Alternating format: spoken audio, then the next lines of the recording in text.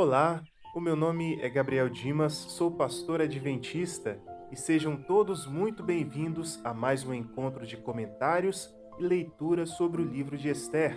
E hoje falaremos sobre o capítulo 4 deste livro. Em momentos de desespero, as reações humanas são imprevisíveis, variam entre o medonho e o patético. Algumas pessoas gritam, outras choram, caem pelo chão, se descontrolam completamente. E diante da ameaça de extermínio decretada pelo decreto real, Mordecai se desesperou. E a demonstração veio pelo rasgar de suas roupas, vestir-se de pano de saco e cobrir-se de cinzas.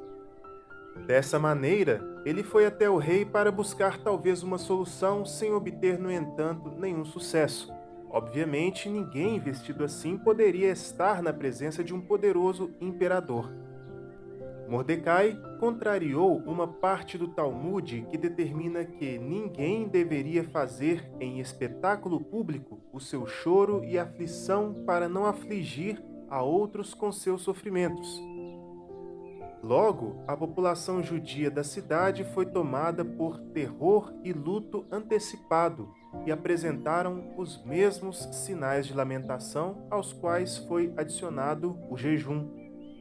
A própria Esther se dispôs a passar 3 dias completos sem comer ou beber, a fim de encontrar um favor de Deus. Isso mostra excelentes atributos que possuía esta mulher: coragem para se arriscar, coragem para se sacrificar, mas acima de tudo, coragem para confiar em Deus.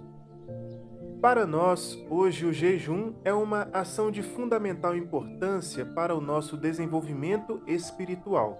Segundo uma escritora cristã, para alguns de nós, os benefícios da abstinência de alimentos, algum dia por semana, seria de maior valia que qualquer quantidade de tratamento médico para o corpo ou para a mente. Mas o que seria exatamente o jejum e para o que ele serve de acordo com a Bíblia? Em primeiro lugar, podemos afirmar que jejuar não é apenas ficar sem comer. Afinal, muitas são as razões para não ingerirmos alimentos. Podemos não ingerir por motivos de saúde, para emagrecer ou apenas por costume, como é o caso daqueles que não tomam o desjejum ou não jantam. Também podemos afirmar que não se trata de flagelar o corpo, deixando-o sem a sua fonte de energia. O propósito primário do jejum é conhecer a Deus. Não se trata só de se esvaziar de comida, trata-se de encher-se da meditação e reflexão sobre as Escrituras e apertar os laços da comunhão com o Senhor. Não se deve olhar para o que eu não estou recebendo, no caso alimentos, mas mirar naquilo que estou ganhando, a Jesus Cristo. É totalmente necessário que nos momentos de jejum mantenhamos uma atitude de comunhão, relacionamento e intimidade com Deus.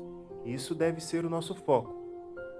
Em algumas ocasiões em que personagens bíblicos fizeram prolongados jejuns, Deus enviou uma mensagem especial para o seu povo, como foi o caso de Moisés, Elias e do próprio Jesus.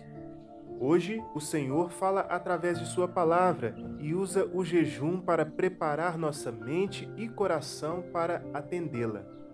Naquele momento de ameaça e pavor vivenciados pelos judeus, a atitude de jejuar serviu como a forma de prepará-los para receber o que Deus tinha para lhes dar.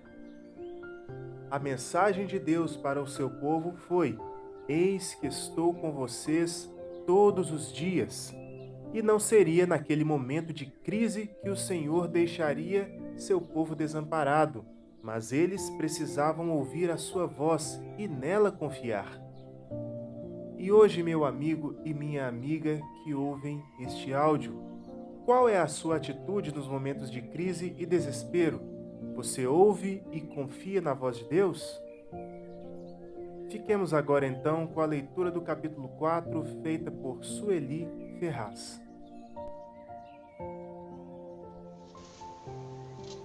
O livro de Esther, capítulo 4. O pedido de Mardoqueu a Ester. Quando Mardoqueu soube de tudo o que tinha acontecido, rasgou as vestes, vestiu-se de pano de saco, cobriu-se de cinza e saiu pela cidade, chorando amargamente em alta voz. Foi até a porta do palácio real, mas não entrou, porque ninguém vestido de pano de saco tinha permissão de entrar.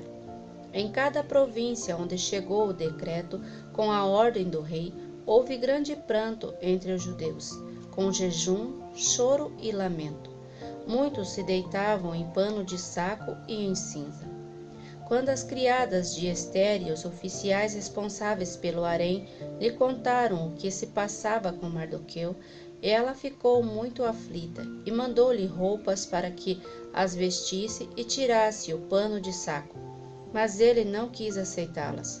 Então Ester convocou Atá, um dos oficiais do rei nomeado para ajudá-la, e deu-lhe ordens para descobrir o que estava perturbando Mardoqueu e por que ele estava agindo assim.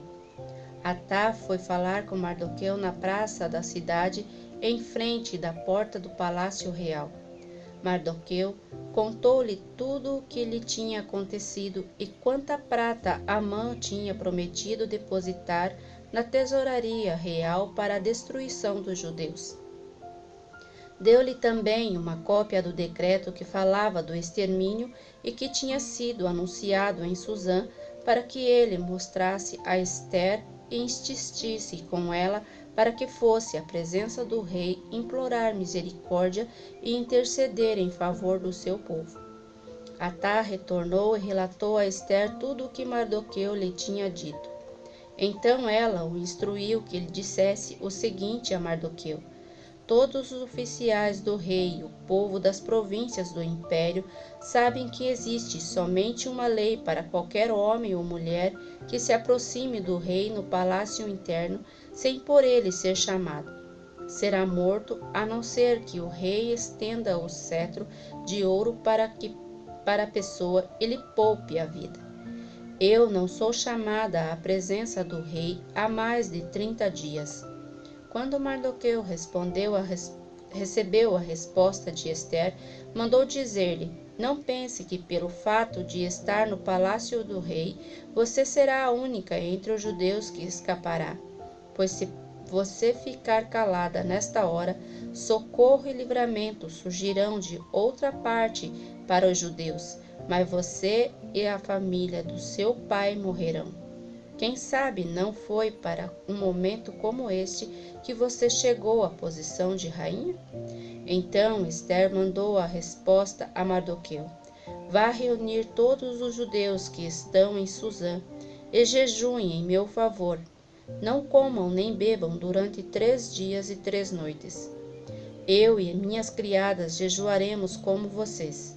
Depois disso, irei ao rei, ainda que seja contra a lei. Se eu tiver que morrer, morrerei. Mardoqueu retirou-se e cumpriu todas as instruções de Ester.